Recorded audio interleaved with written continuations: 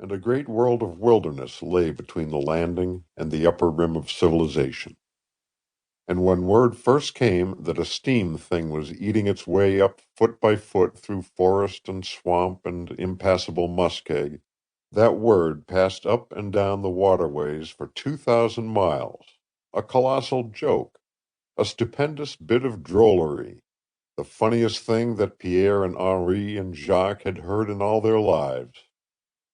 And when Jacques wanted to impress upon Pierre his utter disbelief of a thing, he would say, "It will happen, monsieur, when the steam thing comes to the landing, when cow beats eat with the moose, and when our bread is found for us in yonder swamps."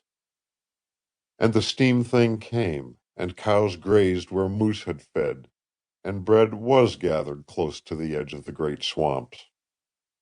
Thus did civilization break into Athabasca Landing. Northward from the landing for 2,000 miles reached the domain of the rivermen, and the landing, with its 227 souls before the railroad came, was the wilderness clearinghouse which sat at the beginning of things. To it came from the south all the freight which must go into the north. On its flat riverfront were built the great scows which carried this freight to the end of the earth. It was from the landing that the greatest of all river brigades set forth upon their long adventures, and it was back to the landing, perhaps a year or more later, that still smaller scows and huge canoes brought as the price of exchange their cargoes of furs.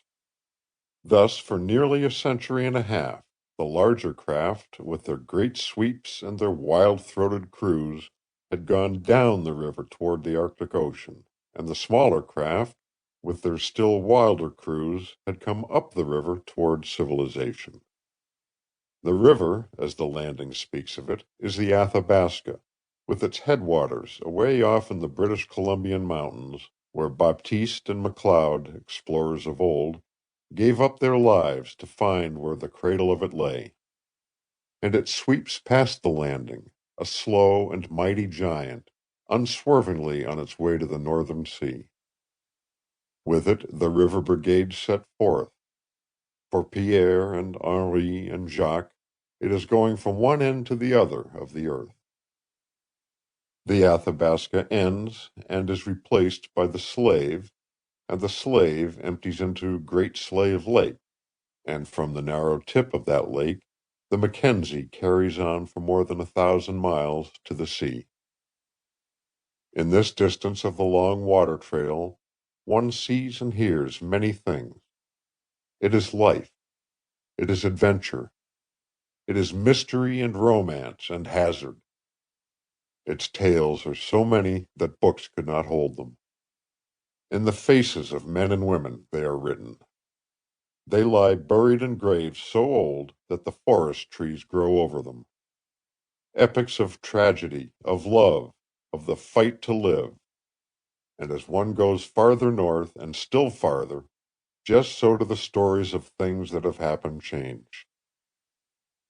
For the world is changing, the sun is changing, and the breeds of men are changing.